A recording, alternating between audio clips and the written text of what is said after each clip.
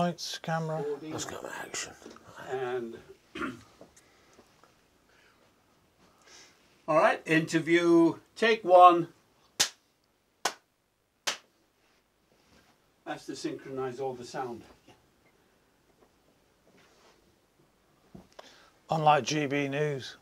What's Yeah, they're fiddling with them. You watch the GB News clips on YouTube, and quite often they're out of sync. And I think they're doing it so they're less watchable. Won't surprise me. Won't surprise me. Yeah. Okay, your action. Active, okay.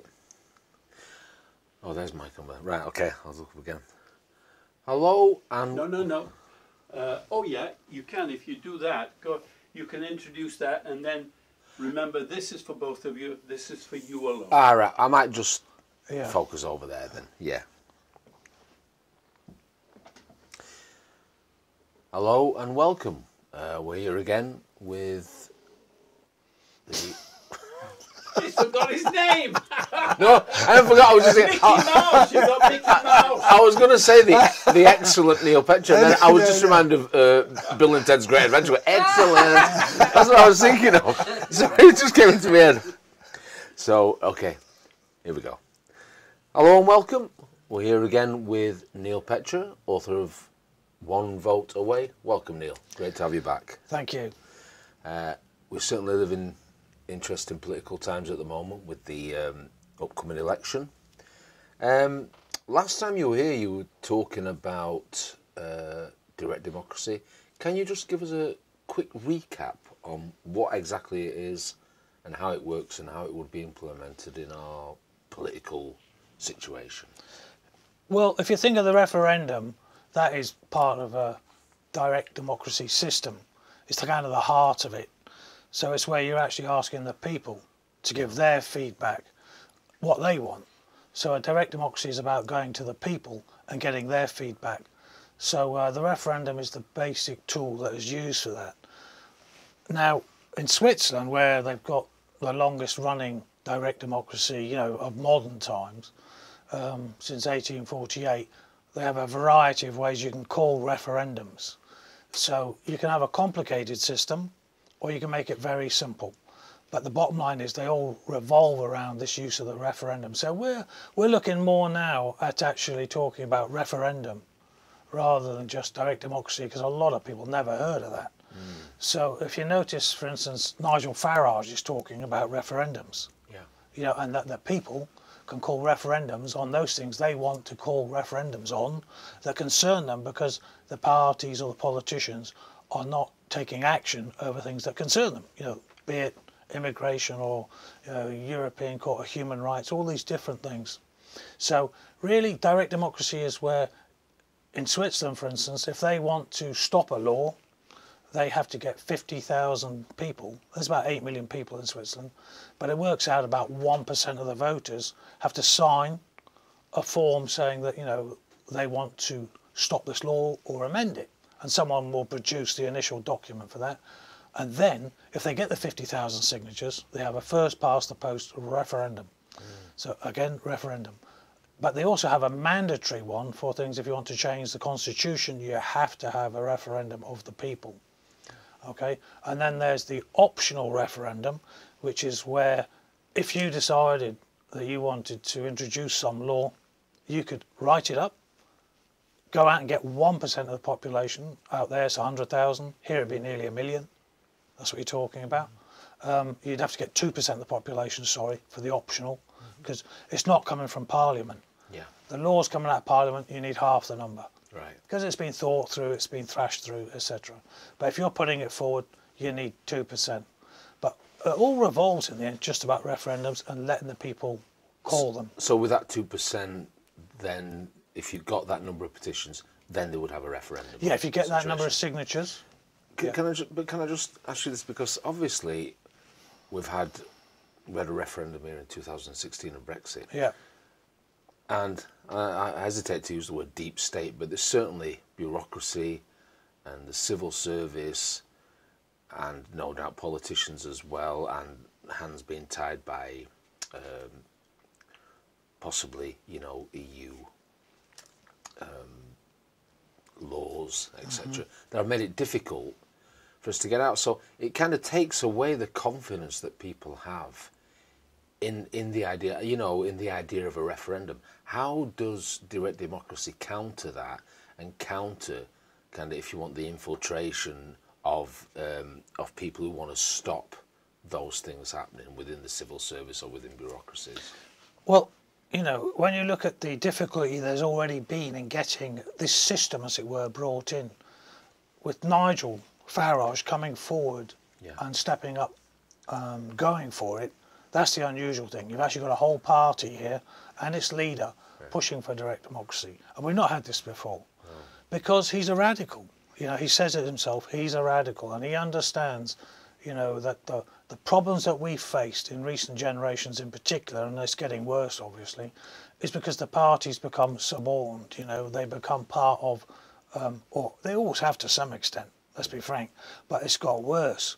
The controls from outside are greater, the whips are tighter, and the people in Parliament are not really in control. They are controlled. Yeah. This is the issue. As you say, now, you'll hear the politicians making the claim that the civil servants obviously have greater controls than many people realise, and no doubt they do. But, the politicians, because they're controlled themselves, compromised, as Andrew Bridgen has made very serious claims about, and clear ones as well, then that's the issue, is that the political parties will fight this, the civil service will fight it, the European Union will fight it, but most importantly, actually, the backers of the parties will fight it, because they're the ones with the clout, they're the ones with the money, they control the press, they control all of the mainstream press, so what people see is generally very controlled by the opposition, and they don't want to lose power. You can pay off a few politicians, but you can't pay off half the population of Britain, half the population of America, but you can pay a few politicians off and you can get what you want. And there are different ways of paying someone off, aren't there? Yeah. You'll get a good job. You'll get offered a place on the board, etc. It might not be as obvious as 10 grand in your back pocket, but the bottom line is they can get favours. So, but the question remains, so how do we overcome that? How do you overcome that opposition with a system like direct democracy? How does it do? I know it's kind of very tangible. People can vote on it straight away. They can have it on the phones. There's the blockchain system. So there's an immediate response. But still, there's going to be people opposing it within the system who are going to make it difficult.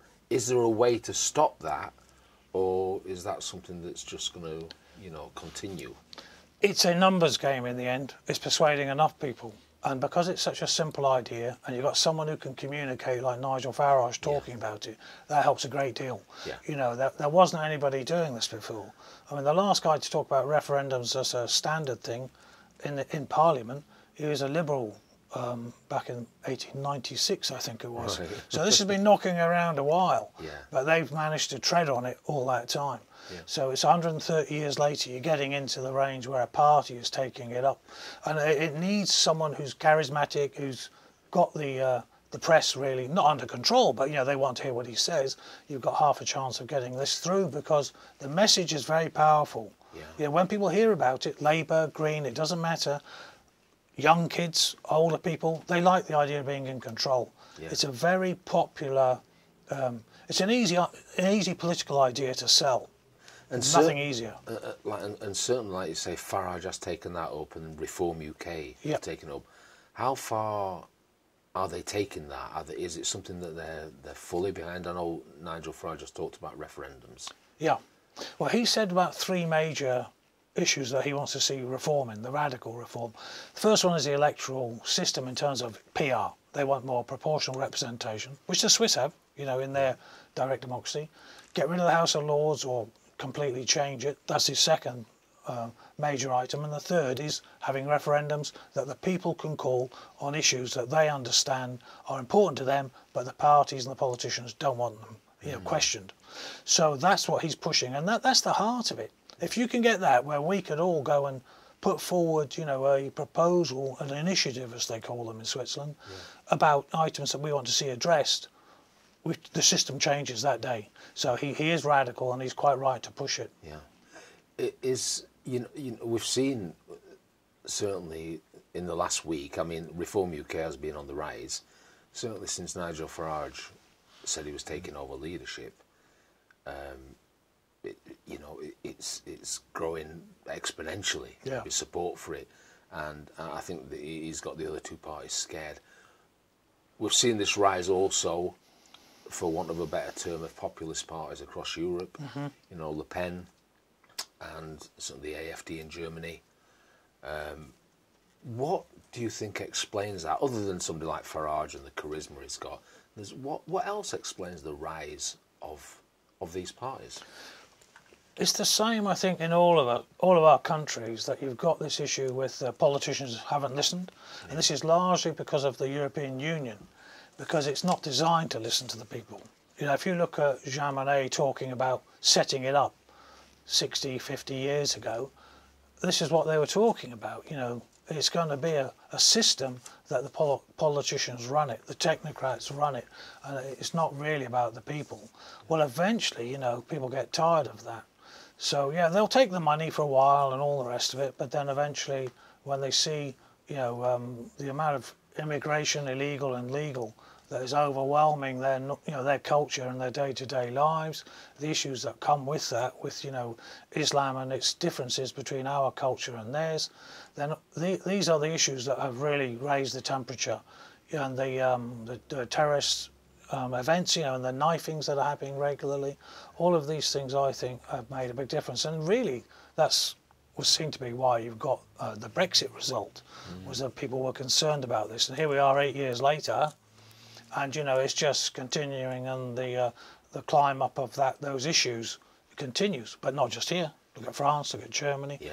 So I think all of those things feed into it. The lack of the politicians listening, and the real issues on the ground for the voters. Yeah. How do you know? You mentioned earlier about Bridgen, Andrew Bridgen, yeah. Talking about how people are compromised. Can you expand on that a bit? In what ways have politicians been compromised? Or well, the great thing about Andrew, again, another on the direct democracy front, he's actually got on his own website, you know, The Solution is one of the drop-down parts of his menu, and that is about direct democracy. So he understands that this is how we take control as a people again, because he has seen, obviously, you know, in Parliament, he gets people not threatening him, but you know, not being very nice to him, because they can be, in terms of his position. He's now outside of the what do you call it, the corral, really. He's not in there anymore, so he's on his own, and he's out there, an easy target for them as far as they're concerned. But he's spoken to people, and he's seen the corruption in terms of the nastiness, you know, and people coming up and actually saying, we agree with you, but we can't say anything, you know, and they daren't say anything. And this is routine, you know, there's quite a few of them who've said this to him. And there's only one or two have really made any effort to stand alongside him. Yeah. But the statistics and all the analysis is starting to come through, you know, as happened before. And as he said himself, he was at the front with the Horizon scandal and other scandals as well. And so he's been a very good local MP who's been brave enough to stand up before, and he's continued that movement. So yeah, we're big fans of Andrew Bridgen in terms of, you know, he's gone for direct democracy, and we want to see him get back in, you know, on this election. So a lot of us put effort in and get down and help him with support, you know, on the ground, leafleting, etc. So he's a brave man, and courage is really important in times like this. Yeah. And so that's why we've got a lot of high regard for him. Talk about the, you know, elections coming up now and Reform UK. And I know certainly the figures in Barnsley are showing huge support for Reform UK. And, you know, amongst people I meet and where I work even, you know, I talk to people, whereas you could say 10 years ago they would have supported Labour. Now their response is, you know, Labour doesn't represent me. Yeah. Conservatives don't represent me. Reform UK does. Yeah. You know, despite all the insults thrown, you know, Yes, you're a yes. racist, you're this, you're that, the other. Yeah. You know, what do you predict happening in these upcoming elections? What do you see happening? Well, it's interesting. I was sent some figures for Barnsley, and he was, there's about 42%, I think, to Labour, but only 1% behind was Reform. Yeah. Now, this was before, Nigel Farage had made the announcement at the contract presentation about, direct democracy, and they're supporting referendums, which the people can initiate. So I think, if I was in this red wall, if I was in Reform, I understand how popular this idea is once it's explained to people. Yeah. It's very simple, and Nigel's a very good communicator. So when they press that, that's when they'll get a lot more support in these old Labour seats.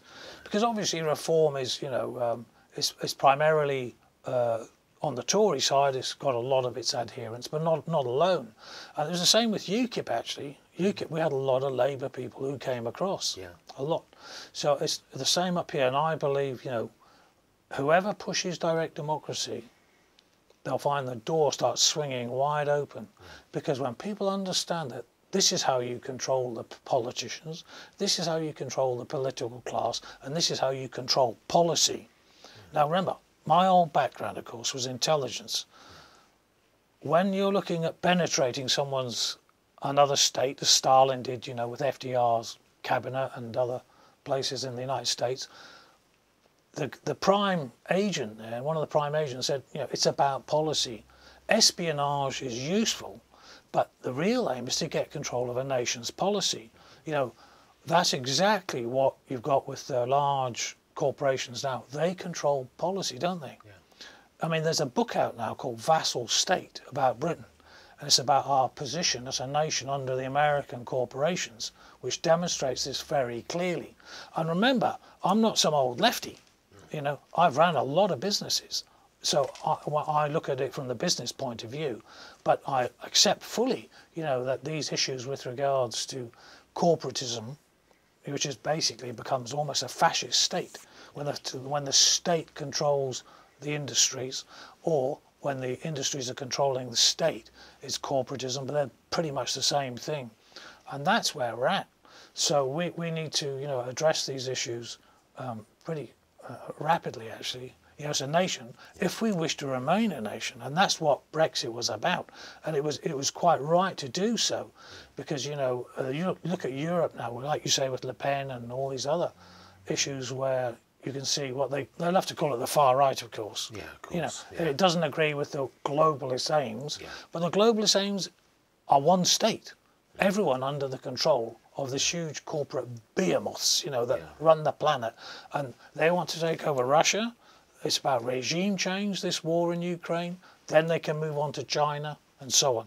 This is what it's about. It's a very long-term plan that was set out in the early 1900s very clearly, and hence the CFR being set up by the Americans, the Council on Foreign Relations, or as Hillary Clinton refers to it, the mothership. When she was in the State Department, she'd have come here to get my orders, and they all laughed, ha ha ha. No, she's deadly serious. Yeah. Let me say comment on what you've said there about direct democracy and how the party that takes it up will garner huge support, and I think that's true. And I think the thing is, for certainly the last 30 years, 20 years certainly, is that people have felt so weak, and they see things changing. They see the EU doing things. They see governments doing things that they don't want to happen. Talking about illegal immigration, and they see all these things, and they feel like they have no say in it. And then suddenly, this idea of direct democracy and referendums, I think you're right. The party that takes it up, when suddenly people realise that, I think we talked about it last time in the last video, the way of voting and blockchain on your phones, so it's very accessible. They will have immediate power at their hands to change something they don't like. Oh, I don't like illegal immigration, so I'm going to change it.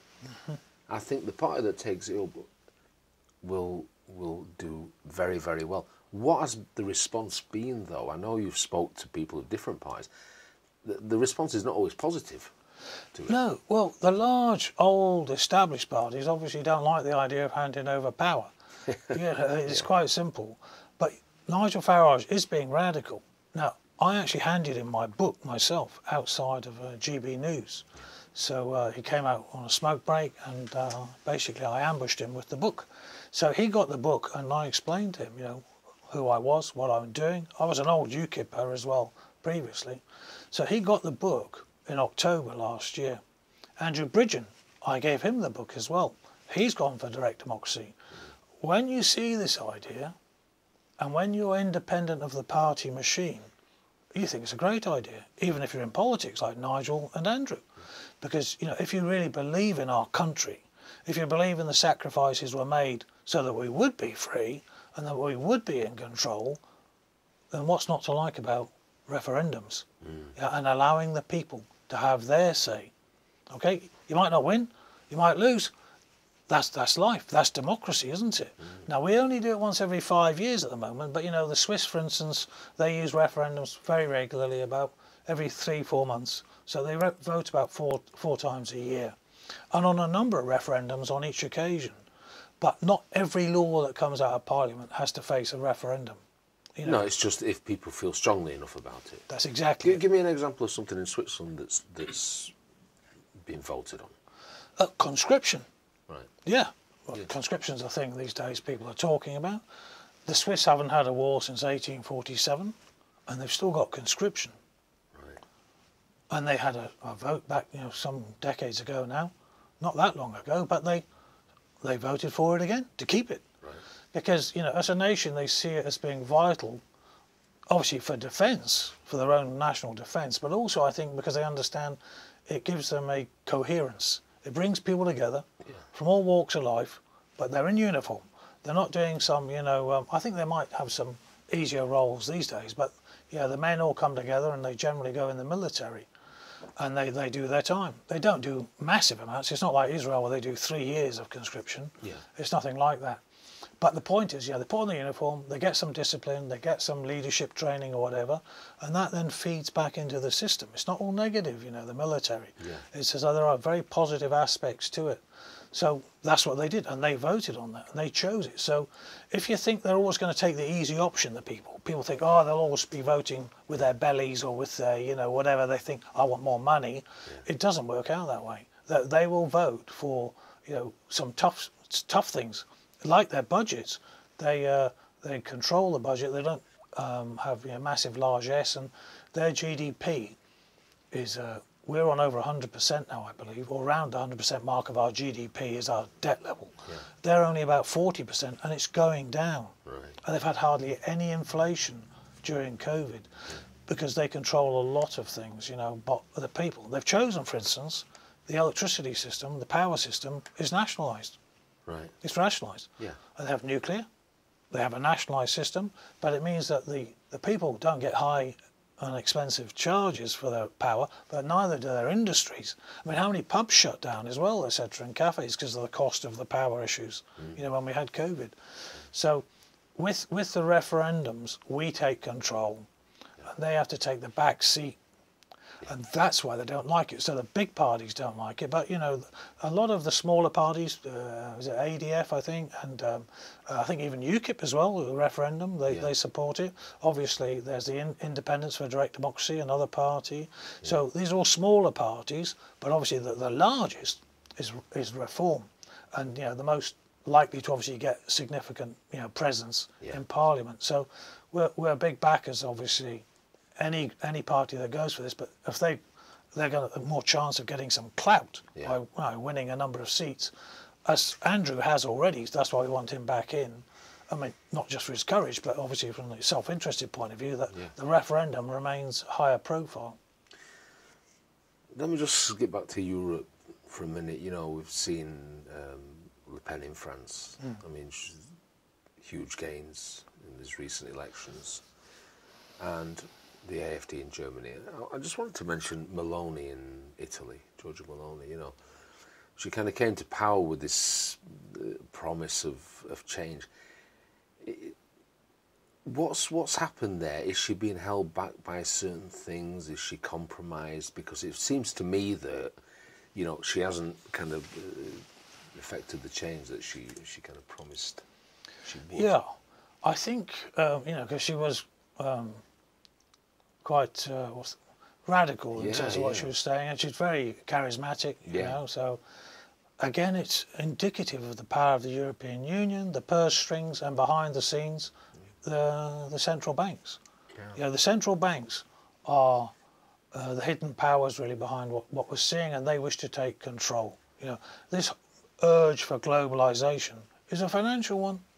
You know, you look back, as I show in my book, from Rhodes through to the CFR in the United States, but before that, the Americans had already started taking control in the, you know, across Asia in particular. They'd started, but then when they saw after World War I, and they met with our team, as it were, at the peace talks, there was a lot of interchange of ideas, and we set up the Institute of International Affairs, and they set up the Council on Foreign Relations, and that then basically during World War II, and this was within 2 weeks of the start of World War II in Poland, America wasn't even in it, the CFR boys were up in the State Department, and they got to decide what the plans would be.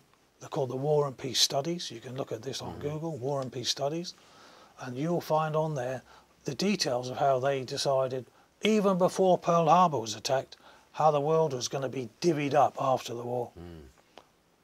You know, in terms of control by the states for resources, for their economic leaders. And of course, a guy called Rockefeller actually, you know, funded that research. I'm sure that's a surprise to you. But these are the realities of power that, you know, we're a vassal state, as this book shows that's just come out. So you can see how it works. And this is why when you hear them talk about Ukraine, they're talking about regime change in Russia.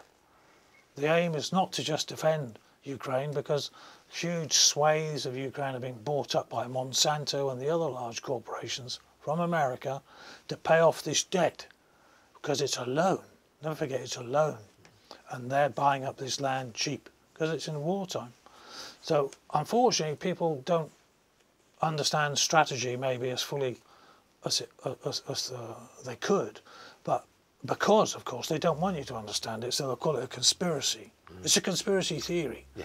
And this was a term that only really came out after the JFK shooting. It became very common after that, obviously. Now, you've recently published a book, One Vote Away, which we've talked about before. You've just about finished another book, and in One Vote Away, you talked about the kind of the dual ideas, if you like, of money and marks. In your new book, you take us on a little bit of a third part of a journey, if you like. Do you want to tell us a little bit about that? Yeah, One Vote Away was written with the aim of informing people about referendums, direct democracy, and that system, so we could take power as the people and, you know, take control, you know, which is what the aim was with Brexit in the first place. So the aim of the book was to get that message out there about direct democracy and we taking control, us taking control. In there, as you say, there were two parts to it, but you know, I'm always a big fan of threes, you know. The whole book is, every chapter title is 3 words. There's a reason behind that. So the original intent has been to talk about money, i.e. the central banks and all the issues to do with the corporatism in America and the issues that fall out from that around the world. And then Marx, in terms of, you know, Black Lives Matter and all these Marxist anarchist groups as well that are tied in. And we see those being imported here. You know, this is the issue, all of the slavery issues and all the other things that are importations from the States largely. You know, if we're the ones who ended the slave trade, you know, and hundreds, if not thousands of sailors went out and fought for over 60 years against the slavers, then I think, you know, the debt was being repaid there as best it could be at the time. You know, and it cost us 2% of our annual budget. That was what it cost, 2% of GDP apparently. So I looked at this third issue related to that, you might say, because it was that slavery issue on the east coast of Africa was Arab slavery. Yeah. So when you're looking at the Marxist side, that was simple enough as well to tie in with direct democracy on the political. But I left out the third one, which you might say is the mullahs. It was money, marks, and the mullahs. And the mullahs were obviously the issues to do with, as you know, I've got friends who are apostates. You know, they left Islam. So an apostate is someone who's left their religion. You get it also on the left with the communists. You're an apostate, you know, if you leave the left. And that's why you get the nastiness on the left, really, when you see the violence that there is against people, and you know, who stand up to them. And with the mullahs, you've got to think that the issue is that they had slavery. The Arabs were slaving in Africa around the time of Christ and before. Yeah. They're at it a long time. Those eastern coast, large parts of it was subdued by the Arabs, and the slavery was going on that far back. But it then carried on into more modern times, obviously with Muhammad and the Muslims. They carried on the slave trade. There was no real change there. But then obviously with the expansion, it became, you know, right the way across to India. The Hindu Kush. Kush means slaughter, because it's where all of the slaves coming out of India, when India was conquered by Islamic, you know, caliphs, you know, sultans, etc. Then you ended up, that was a great slave trading area, up into Crimea. The Crimea was the Tartars. They were raiding southern Russia. They reckon it was maybe 2 million white Russians taken out of the southern Russia over the generations across to Barbary coast and again. So Islam has obviously spread now again out of North Africa. Yeah. It's making inroads into Europe. And the issue with Islam is that you can't leave it. Yeah. You can't leave it. This is the point, is that, you know... And if you do leave it, then it's a death sentence. It's a death sentence under the Islamic law codes. Now, what's interesting is about... Can I just... Yeah, sure. Can I just interrupt? Some people might get the impression that these Islamic codes are, you know, from 1400 years ago. But these are in the most modern jurisprudent books and from the 5 schools of Sharia law. These are still the teachings now, aren't they? That if somebody leaves Islam, it's a death sentence. Well, what's most interesting is that, you know, I got a book by one of our top genocide or human rights lawyers, in fact, Geoffrey Robertson, KC, now KC, but when he was a QC, 2012, a book came out that he'd written, Mullahs Without Mercy. And in this book he talks about the execution of thousands of apostates in Iran by the mullahs, hence the Mullahs Without Mercy. But reality is, you see, Iran's not the only one that still has on the law codes these that you must kill the apostates. There are 11 states basically that have this on the statute. Right. Now what that means is, though, his book makes clear. He says that if you look at Article 2 of the Genocide Convention, it makes clear that it's there to protect groups. You know, it was like the Jewish group for a religious group, or apostates. He actually made clear that, he stated very obviously that if you leave the religion you were born into, you become part of a group protected under the Genocide Convention. Right. So those apostates should not have been killed. But the point is, you've still got 11 countries around the world that have these on their statute books. So in other words, they are openly demonstrating that they support genocide against this group. So, but they've openly got them on their law books. So this is an issue that, you know, Geoffrey Robertson has identified, that you're in breach of the Genocide Convention, but you can get away with it on your law books. So why is that? Why is that? So I know that there are people who are looking at this very closely, and you may well see issues arising out of this. I'm going to the ICC, the International Criminal Court, and, you know, any other the human rights people in Geneva for the UN human rights. So that is an issue that needs to be addressed. That if Islam and its law codes can basically threaten people with their open law statutes in their countries, that's a problem. And it's not just a problem in those 11 countries, is it? It's indicative of, you know, what are ulema, as they're known, or mullahs in Shia usually, and ulema in the Sunni. What's going on in the UK? Do they believe this? You know, and because I saw Kier Starmer, I think it was yesterday, I saw some video of him talking to Mayor Khan in London and talking about Islamophobia. So my question to Kier Starmer is, and I think he was associated with Robertson at one time. I think he may even have worked in Doughty Chambers, which is what Geoffrey Robertson runs. He's the founder of that. It was the largest human rights legal practice in the world 10 years ago. I think it's just now the largest in Europe. Poor fellow, he's gone down a bit, you know. But the reality is, what's Islamophobic about saying, well, hang on a minute, on these statutes you've got very clearly genocidal codes based on what your old friend or boss Geoffrey Robertson is saying. Yeah. So how is it Islamophobic for me to talk about it? Because that's not Islamophobic. It's a pure legal, straightforward legal issue, and they're hiding in plain sight, you might say. Yeah. Why don't we deal with that? I mean, to tie back to direct democracy, I think this is, you know, you've talked about that being called Islamophobic or being called racist. This is where people are being left to feel powerless because they get accused of these things when they've just got a genuine, sincere concern about something, you know. So just to tie it back to direct democracy, though, that then empowers people to say, well, no, you know, we're not Islamophobic, we're not anything. So, and if we want to have a vote on this, we can have a vote on it, etc. So we've talked a little bit about the deep state, if you like, the civil service and bureaucracy in England. Clearly, in the US, this is a major problem, and we can see this with the kind of lawfare being waged against Trump. Who, you know, Farage and Trump are quite close, aren't they? Yeah. And I suspect, you know, well, we've seen a little bit of, you know, those attacks on Farage, and I think they'll probably get worse as the election comes closer. But certainly with Trump, there's been a huge amount of deep state interference, lawfare.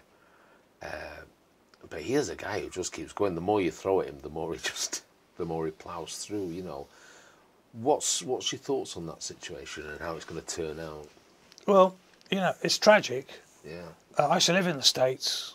I was an exchange officer with the Americans in one of their intelligence outfits back in the mid-90s. So I lived over there, and, you know, I loved the place. Great people, very, you know, decent people. But at the time, you know, it was starting to swing maybe towards this slightly more authoritarian, if they could get away with it.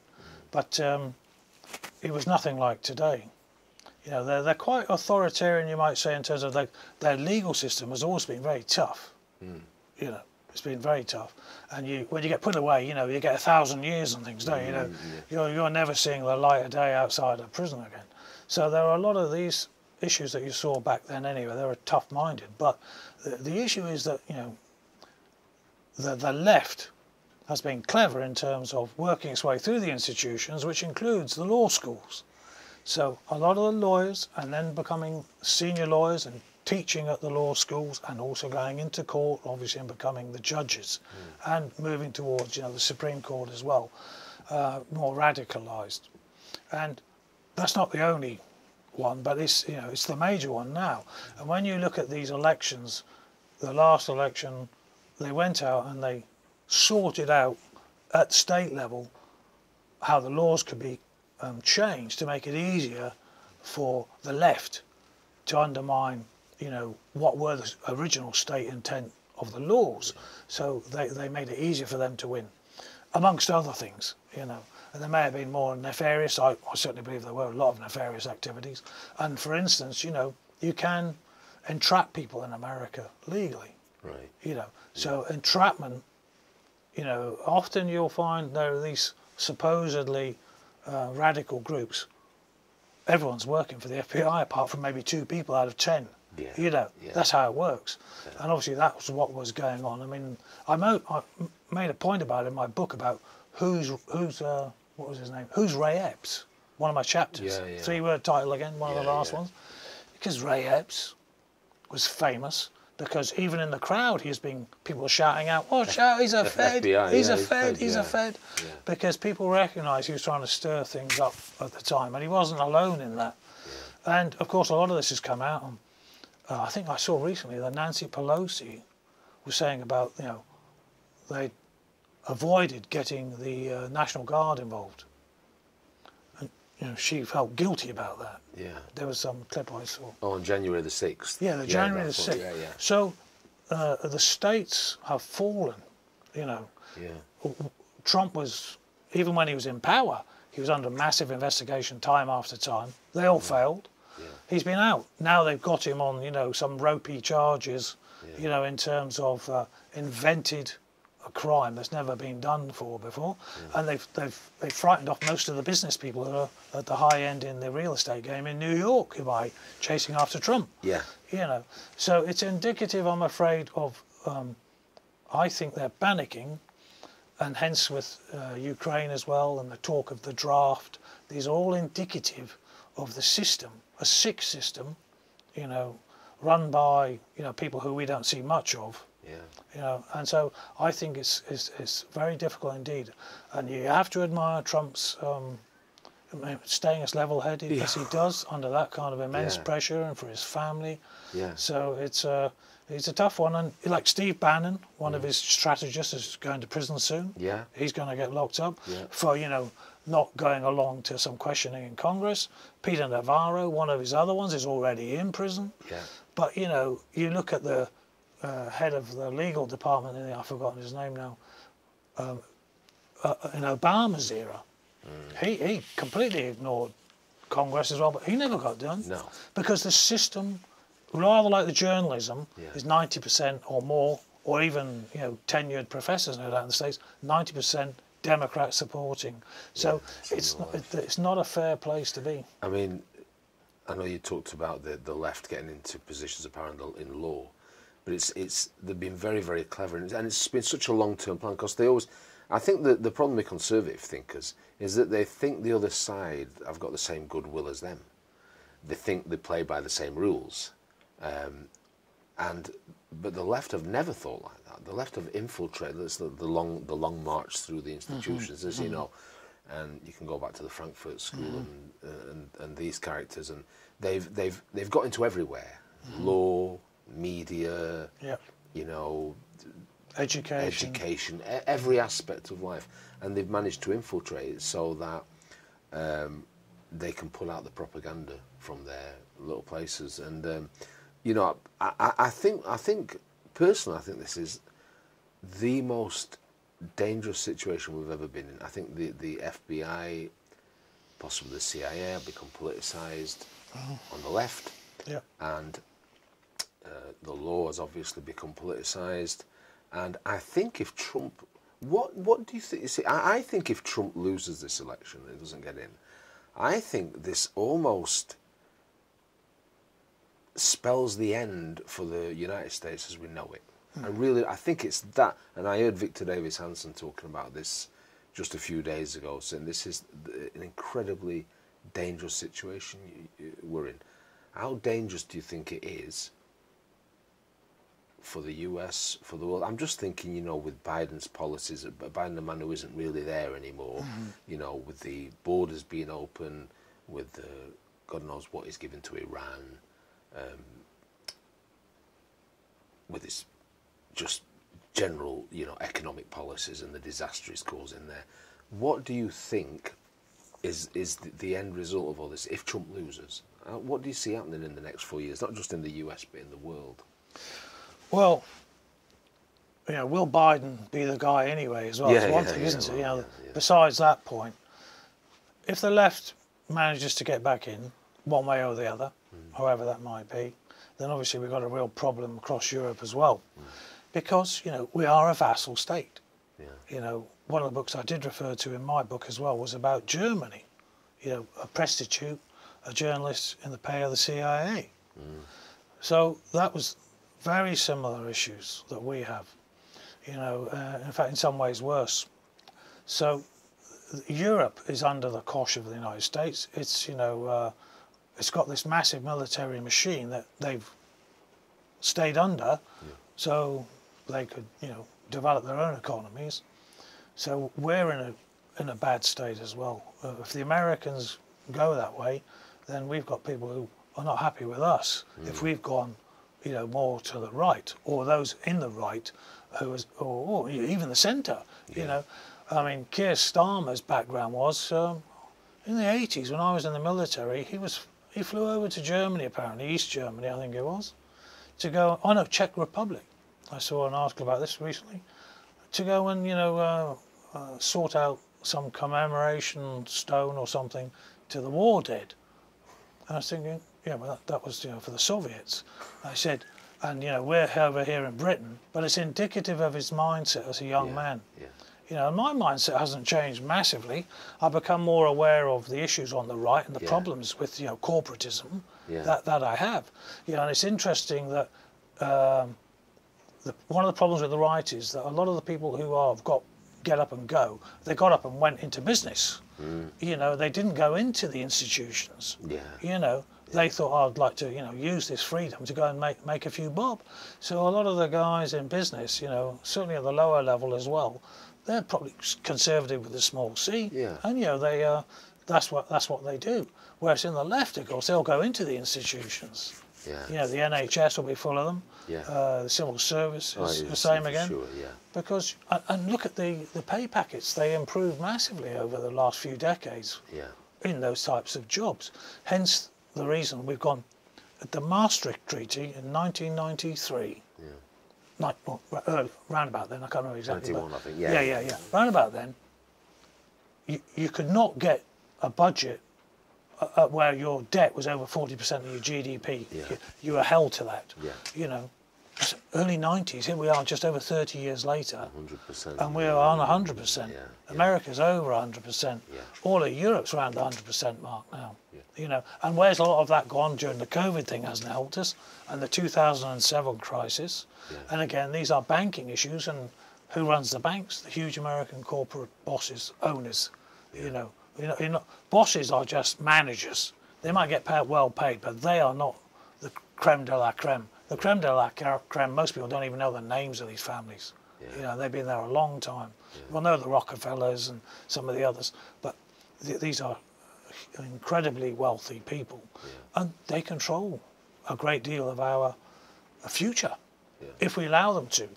So, you know, this referendum idea is crucial to the future of the people of this country. It's crucial to America.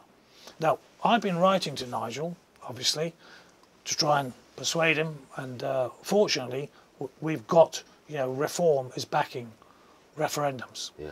But I also asked him, why doesn't he go to Trump and ask him, as his friend, say, look, one way of guaranteeing pulling in more of the independents and not the hard left Democrats is to offer a referendum on, for instance, the immigration issue in the United States, where they've had 30 million people come in the last few years.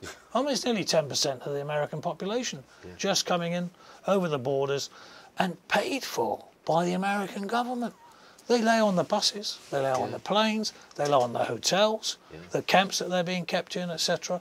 These are future voters or whatever else they're looking for from them, or just to destabilise, you know, the United States. Because, you know, don't forget as well, we did talk about the communists. The Chinese Communist Party is sending fentanyl in through Mexico. Through the southern there's border, a port. There's a port there that they have a handling facility that the Chinese own. You know, the boats come into the dock, the fentanyl's unloaded, and it's distributed into the United States, and you destroy, you know, 500,000 people, kill them, they die from it, and there's a lot more lives destroyed and families destroyed from losing their children to these drugs, etc. So that's undermining our system. So like say, you know, this is, you know, this direct democracy is a great idea. You know, like if Farage could pass that on to Trump, it's up to you folks, because I think people in America feel the same as well. They do. Perhaps not to the same extent because of their demographics are so much bigger, so they don't. You know, we live in a smaller country. They can't perceive that threat because the numbers are smaller. But I think there's a growing feeling. I mean, you see even with, you know, I was listening to Joe Rogan, and he talks about the lunacy of the left, and Bill Maher, who are not conservatives by any stretch of the imagination, you know, but they're seeing it.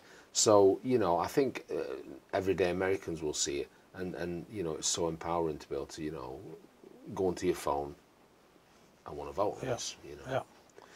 If Trump does win, I suspect he'll do things a lot differently than he did last time. I think he went into it again with, you know, we can work with the system that we've got.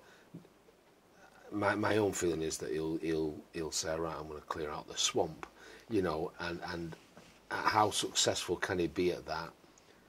You know, will he be able to do that? Will he be able to go into the FBI and the CIA and all the other institutions? Well, he's restrained, obviously, by the numbers. Yeah. You know, if 90% of all your lawyers in the United States vote Democrat, you know, you've got a real issue, haven't you? So how do you deal with this? And this is where the referendum comes in. Yeah. Now, under the U.S. Constitution, you can only hold advisory referendums. Right. So you cannot have a clear decision. But you can have a clear decision in terms of what the people want and sending that message to the politicians. This is the system in America, so that the majority can't impose itself on the minority. Yeah, that's basically constitutionally how they've done it. But you know, they use direct democracy and referendums a lot at state level. Never had a single vote at national level. So they use them at state level, and are they advisory still, or are they? No. Right, for instance, some of these states, 49 of the states, if you want to change the state constitution, you have to have a referendum on the new referendum, on the new constitution. Right. So they're all controlled on it, barring one. I think it's North Dakota, I can't remember for sure. Right. But there's only one. So that's indicative of something, isn't it? Yeah. And then there are about 20 odd states where they use it for, they have the initiatives, remember Proposition 13 or something it was, to do with the, I think it was the property taxes or, and they do, so they do it at a local level a lot. Right. But you don't have this at national level yet. But I think that's the only way to control these people, because it's a deep issue, and I believe a lot of it is down to, you know, tragically, people are attracted to politics. Mm.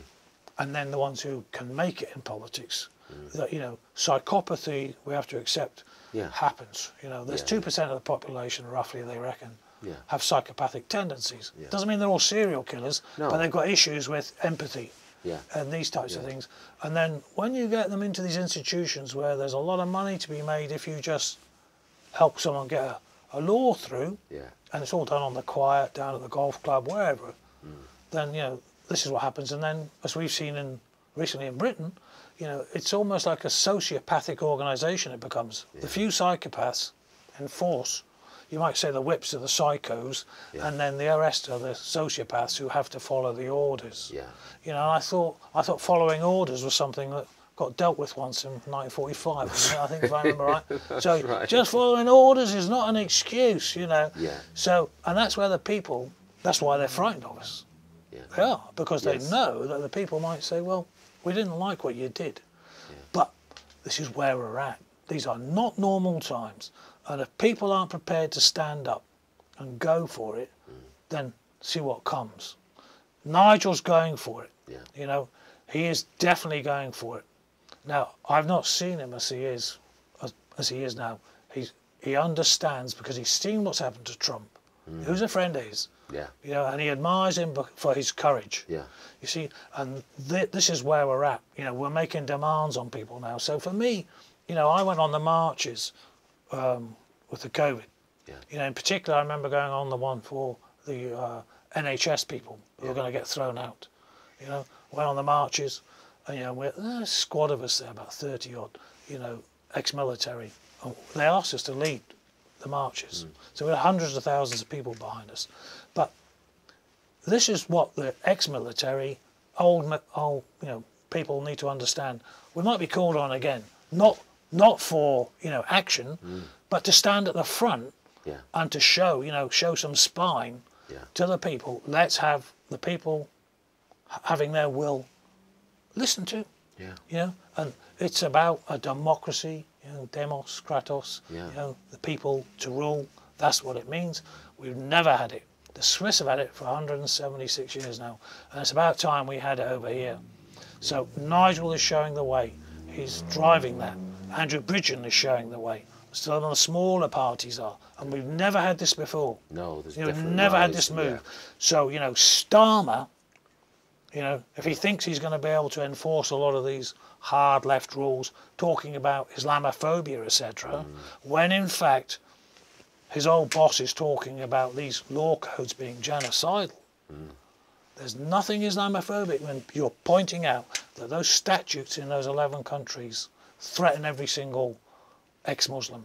How does Robertson? Sorry, I was going to say. How does Robertson go about dealing with this situation? What is he doing? Is he? He's written the book, you know, and Yeah. he's put it out there. But I'm not sure that he, you know, looked beyond the investigation that he was undertaking. Right. Because he was looking at Iran in particular at the Yeah. time. He was also very concerned about the nuclear Yeah. threat from Iran. So Yeah. he was looking at that and saying, these people who want to kill all these people are going to be in charge of nukes Yeah. and all the other issues that come with that. So I've never seen anything further from him than that. Yeah. I got his last book very recently about lawfare, which was very interesting, but it's mainly about, you know, the lawfare issues. But I've never seen anything since about Right. that particular side, that aspect of the genocidal threat Yeah. that there is to ex-Muslims. So we've got UK election on July the 4th. What do you see happening there? You know, who's going to win? I mean, I think it's probably obvious who's going to win. How are Reform going to do in number of seats? Certainly number of votes, they're going to, you know, in the kind of popular vote, I think they're going to do well, but how's that going to translate to seats? Well, I wouldn't bet on what I say, you know. I haven't got a crystal ball. It's obviously a very difficult one. And it depends on how it's played to some extent by all the parties, obviously. Unless they say a week's a long time in politics, blah, blah, blah. So Reform are obviously doing very well right now in terms of, you know, they've come out of the blocks well with Nigel taking over. Yeah. So it's now about how do you maintain that momentum, because there's already pushback, etc. So it's great that he's pushed reform, you know, real reform, and direct democracy and the referendums in particular. So I think if he really capitalises on this and he explains it as well as he does, but he gets that message out across the board, because I know within Reform there's a lot of support for it, but you know, it'll carry some of these guys who are like, you know, David White here in the Barnsley area, where he's within striking distance, you know, 1%. So if they can raise this issue in the minds of the general, you know, public, then that can make a difference. Yeah. And people are saying, oh, you know, he should be trying to win. You're against, there's huge inertia built into any political system, and obviously voting.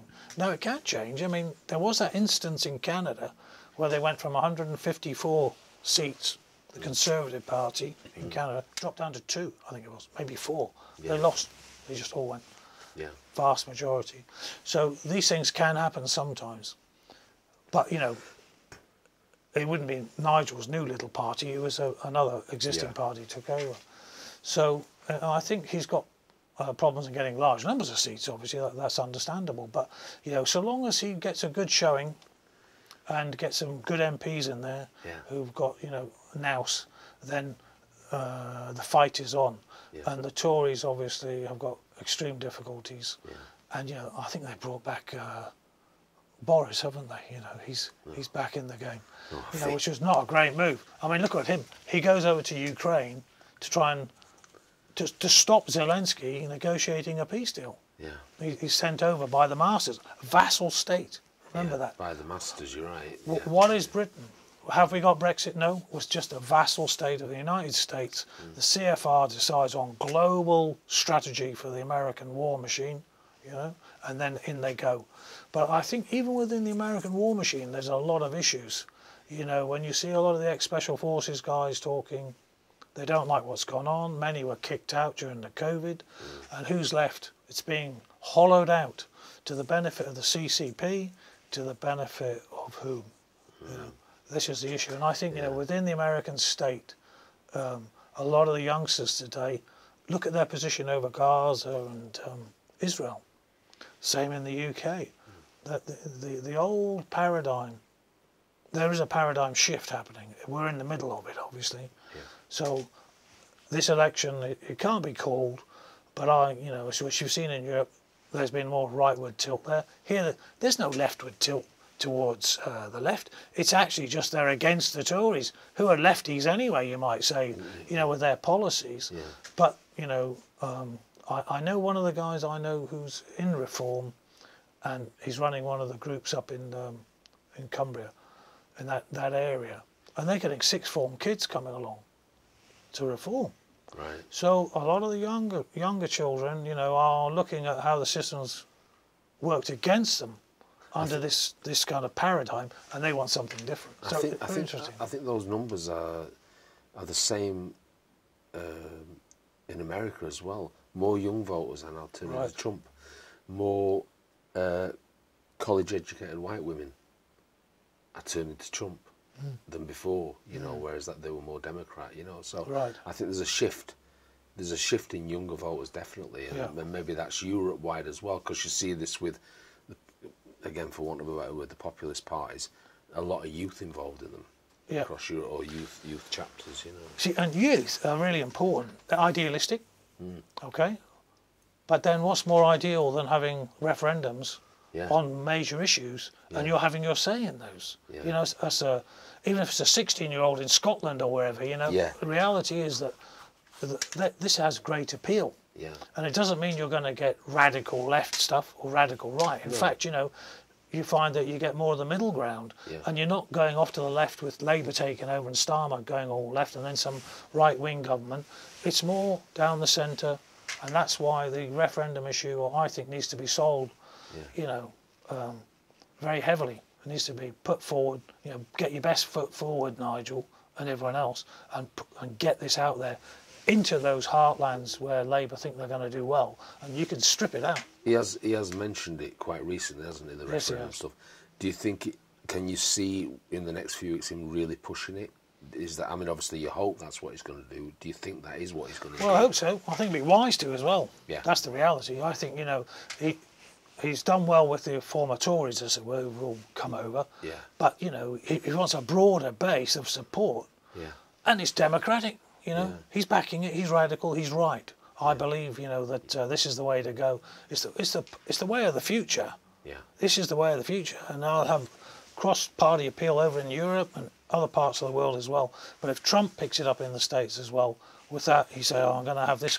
Think of the independents in the States who will think that's a great idea. Yeah, think of the soft left Democrats who are not, you know, far left.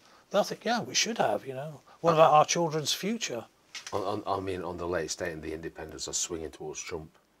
Right. And so, you know, certainly with an issue like that, like say, you know, kind of it's a free speech issue, then, you know, they're going to be, you know, delighted with that. Yeah.